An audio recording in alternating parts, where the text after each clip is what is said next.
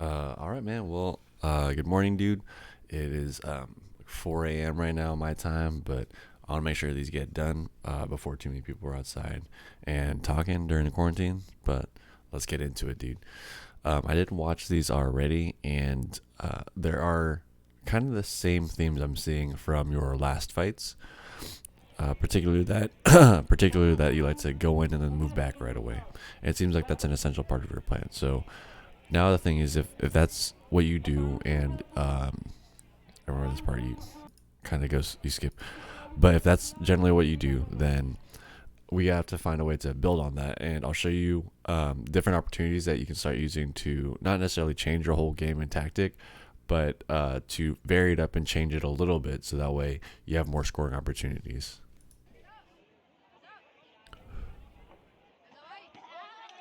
So it seems to be a big thing for you to do that fast kick and then go backwards. You do capitalize it. I'll start throwing you some of the edits in the second round just so we can watch your fight this time. Like, that's the second time you've thrown that fast kick and then you went backwards right after. And this guy seems to just dodge and then kick you.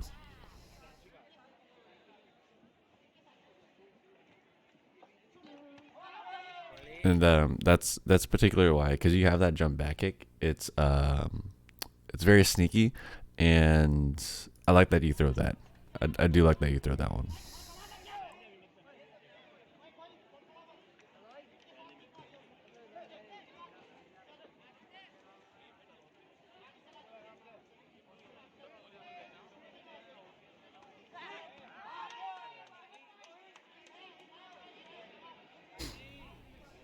So I actually don't know what the score is now, but they're scoring your back kicks. Good job.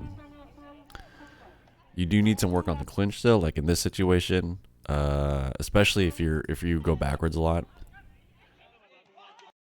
He's able to get both his hands on you, and you're not prepared at all. Like, your hands are just trying to brace yourself. You need to use your hands, like I said in the last video, and just shove his hands up like that away from your body, so that way he's not able to push you out the ring.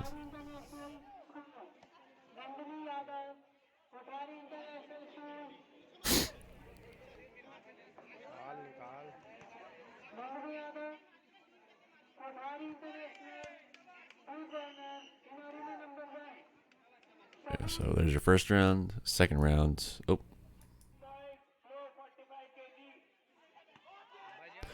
so what I'm starting to see is it's kind of the same thing. You're still throwing that fast kick and you're going backwards.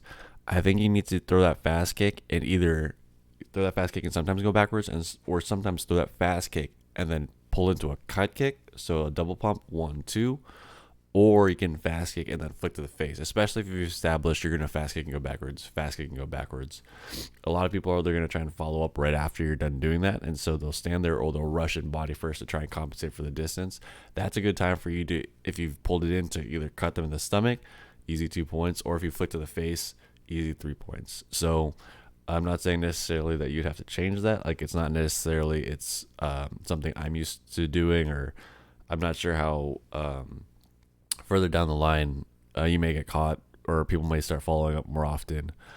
But as it is for right now, if it's working for you, we can keep using that.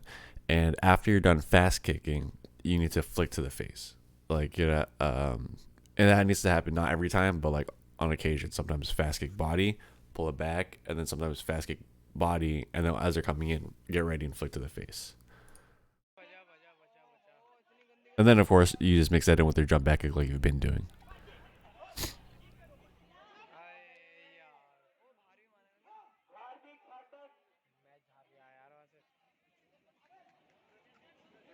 Card.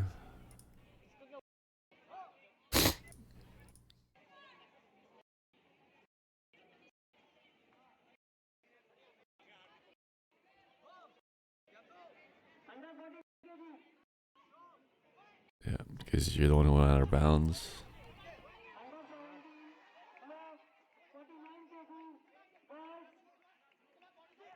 Nice double. You need to, like, you don't have to do that one every time, but you need more variants like that in your game, so that way people can just openly hit you after you're done doing a fast kick. And I'd say commit to it. It doesn't. It seems kind of like you're floating in both of these.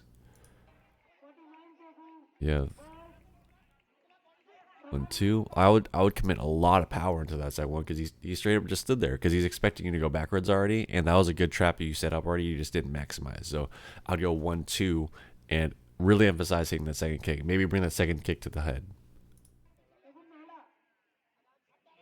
And this one also, it's kind of 1-2. It needs to be 1-2, and you need to be hitting this guy hard and maybe to the face. He tried it on you. Pretty decent exchange though. Not bad on the exchange here.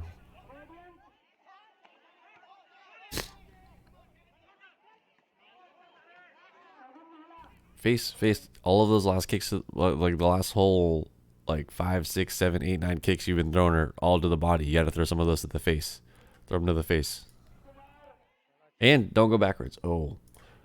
Okay, so you got in here. Boom. You have to try not to make it a habit of defaulting to going backwards. You have to make a default to be standing in place, going forward, but be prepared to go backwards also. Because like this is, especially when you fade out this way, this is super dangerous against someone more experienced. That's a back leg to the face. Try not to be in the habit. So I think the way you drill this at your Taekwondo schools after you're done kicking, like let's say you're just doing regular kicking drills, after you're done kicking, instead of sliding backwards, finish kicking and then sliding in. So that way you start training your muscle memory to go in after instead of sliding back. Because then you get kicked in the face like that.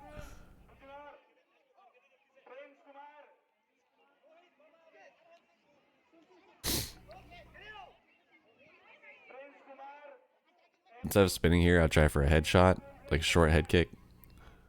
I don't know if this guy's ahead or not. Hard to tell. I think is that paper? Or, oh, I think they're doing manual scores. I don't have your part 3, man, but anyway, same things as the last time. Moving back too much. So not necessarily that you have to get rid of your fast kick fadeaway or fast kick and going backwards. I would say use your fast kick, lead leg, 1, and then sometimes mix that up with that double you're doing, 1-2, but commit to it, or fast kick, hold for a cut, or fast kick and then flick to the face. So that way people aren't just comfortable going in right after you're done kicking, and they really have to worry about whether or not a kick is coming.